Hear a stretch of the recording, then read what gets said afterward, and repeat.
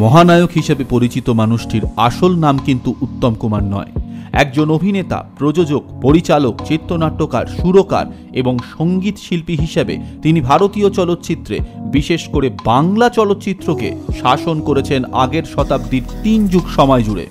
200-র বেশি চলচ্চিত্রে তিনি অভিনয় করেছেন 1980 সালে তার আকস্মিক অকাল প্রয়াণের আগে পর্যন্ত। অ্যান্টনি ফিরিঙ্গি ছবির জন্য 1967 সালে তিনিই প্রথম বাঙালি হিসেবে জাতীয় পুরস্কারে সম্মানিত হন। একই বছর তিনি BFJ পুরস্কার এবং ফিল্মফেয়ার পুরস্কার পান চিড়িয়াখানা ছবিতে সত্যান্বেষী ব্যোমকেশ বক্সীর চরিত্রে অসামান্য অভিনয়ের জন্য। অরুণ কুমার চট্টোপাধ্যায় 1926 সালের 3রা সেপ্টেম্বর উত্তর কলকাতার আহিরিটোলায় নিজের মামার বাড়িতে জন্মগ্রহণ করেন। তার পিতা ছিলেন হুগলি জেলার সাতকড়ি চট্টোপাধ্যায় ও মাতা চপলা দেবী। নিম্ন মধ্যবিত্ত পরিবারের জ্যেষ্ঠ সন্তান ছিলেন অরুণ। তার পিতা ছিলেন মেট্রো সিনেমার একজন প্রজেকশনিস্ট। অরুণের পর আরও 2 ভাই জন্ম নেন, বরুণ ও তরুণ। অরুণ কুমারের দিদিমা তার ডাকনাম রাখেন উত্তম, যা তাকে পরবর্তী সময় বিশ্বব্যাপী পরিচয় দেয়। চক্রবেরিয়া হাই স্কুলে তিনি ছাত্রজীবন শুরু করেন ও পরবর্তীতে ভর্তি হন সাউথ সুবারম্যান স্কুলে। সেখান থেকেই তিনি ম্যাট্রিকুলেশন পাশ করেন। স্কুল জীবনে ছাত্রাবস্থাতেই তিনি লুনার ক্লাব নামে এক নাটকের দল প্রতিষ্ঠা করেন। 5ম শ্রেণীতে পড়াকালীন তিনি রবীন্দ্রনাথ ঠাকুরের মুকুট নাটকে প্রথম অভিনয় করেন ও তার জন্য মেডেল পান।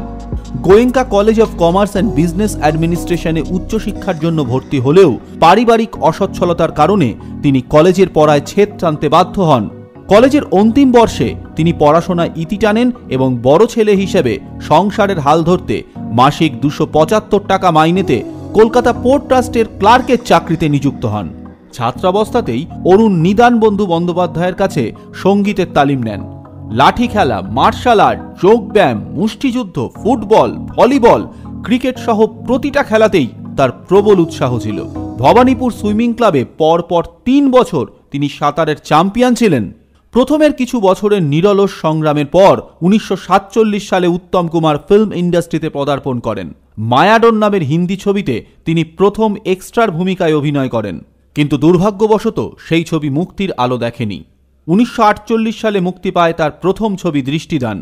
নিতিন বসু পরিচালিত এই ছবিতে মুখ্য ভূমিকায় অভিনয় করেন অসিত বরণ। এই ছবিতে উত্তম কুমার তার নিজের আসল নাম অরুণ কুমার চট্টোপাধ্যায় নামে সামনে আসেন।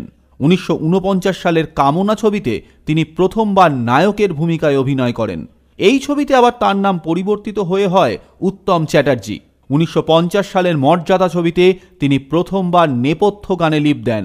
1951 সালের সহযাত্রী ছবিতে অভিনেতা পাহাড়ি সান্যালের পরামর্শে তিনি উত্তম কুমার নামে প্রথমবার দর্শকের সামনে আসেন।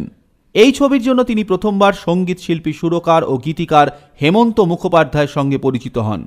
প্রথম দিকের প্রায় 7টি ছবি চরম ব্যর্থ হওয়ায় ছবির জগতে উত্তম কুমারের নাম হয় ফ্লপ মাস্টার জেনারেল। এই সময় উত্তম কুমার ভীষণভাবেই হতাশাগ্রস্ত হয়ে পড়েন ও চলচ্চিত্র জগৎ ছেড়ে দেওয়ার পরিকল্পনা করেন। ছবিটা বদলাতে শুরু করে 1952 সাল থেকে। এমপি প্রোডাকশন প্রযোজিত এবং নির্মল দে পরিচালিত বসু পরিবার মহানায়ককে এনে দেয় তার কাঙ্ক্ষিত সাফল্য। এই সাফল্যের ধারা বজায় রেখেই তিনি একই প্রযোজনা সংস্থায় একই পরিচালকের অধীনে 74 ছবিতে অভিনয় করেন। ব্লকবাস্টার হিট এই কমেডি ছবির থেকেই উত্তম সুচিত্রা জুটির পথ চলা শুরু হয়। সাফল্য এলেও যুগান্তকারী কিছু সৃষ্টি হয়নি তখনও। সেটা হলো অগ্রদূতের ছবি 1954 সালের অগ্নি পরীক্ষার মাধ্যমে।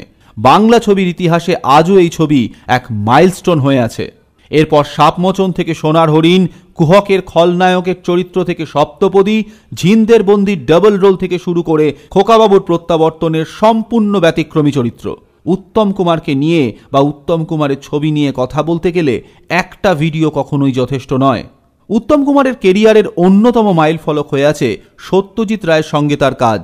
সত্যজিৎ প্রথম মহানায়ককে চেয়েছিলেন ঘরে বাইরে ছবির সন্দীপ চরিত্রের জন্য, কিন্তু সেই সময় তিনি নেগেটিভ চরিত্র করতে রাজি ছিলেন না।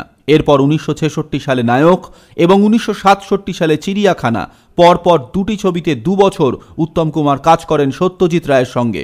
পরবর্তী সময় উত্তম কুমারের স্মৃতির উদ্দেশ্যে সত্যজিৎ রায় বলেছেন, তার মতো নায়ক আর কখনো জন্ম নেবে না। নায়কে উত্তম কুমারের কাজ দেখে অভিনেত্রী এলিজাবেথ টেলর মুগ্ধ হয়েছিলেন এবং বাঙালি নায়কের সঙ্গে কাজ করার ইচ্ছা প্রকাশ করেছিলেন। ব্যক্তিগত জীবনে উত্তম কুমার 1948 সালে গৌরী দেবীকে বিবাহ করেন। তাদের একমাত্র সন্তানের নাম গৌতম। যদিও উত্তম ও গৌরীর বিবাহিত জীবন সুখের ছিল না, 1963 সালে মহানায়ক গৌরী দেবীর সঙ্গে বিবাহ বিচ্ছেদ না করেই বিখ্যাত অভিনেত্রী সুপ্রিয়া দেবীকে বিবাহ করেন। অনেক ভক্ত একসময় গুজব রটান যে উত্তম ও সুচিত্রার মধ্যে এক প্রেমের সম্পর্ক গড়ে উঠেছিল, যদিও এই ঘটনার মধ্যে কোনো সত্যতা বা প্রমাণ ছিল না। উত্তম কুমারের নাতি গৌরব চট্টোপাধ্যায় বর্তমানে বাংলা চলচ্চিত্র ও টেলিভিশনে কাজ করছেন। 1980 সালের 23শে জুলাই ওগবধূ সুন্দরী ছবির শুটিংয়ের সময় উত্তম কুমার গুরুতর অসুস্থ হয়ে পড়েন। এরপরে সেই রাতেই এক বন্ধুর বাড়ির পার্টি থেকে ফিরে মাঝরাতে তিনি ভীষণ অসুস্থ হয়ে পড়েন। সেই অবস্থাতেই নিজে গাড়ি চালিয়ে ময়রা স্ট্রিটের বাড়ি থেকে বেলভিউ ক্লিনিক নার্সিংহোমে গিয়ে ভর্তি হন রাত 3টের সময়। পরদিন অর্থাৎ 24শে জুলাই রাত 9:35 মাত্র 53 বছর বয়সে তিনি শেষ নিঃশ্বাস ত্যাগ করেন। হাজার হাজার অনুরাগীর অশ্রুসিক্ত জমায়েতে তিনি শেষ বিদায় নেন। কলকাতার রাজপথে সেদিন তিল ধারণের জায়গা ছিল না।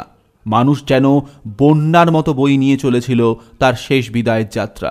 কিন্তু উত্তম কুমার কখনো কোথাও যাননি তার অনুরাগীদের মন থেকে। যতদিন বাংলা চলচ্চিত্র বেঁচে থাকবে, বাংলা ভাষার কদর বেঁচে থাকবে, মহানায়ক উত্তম কুমার ভারতীয় চলচ্চিত্রে চিরস্মরণীয় হয়ে থাকবেন।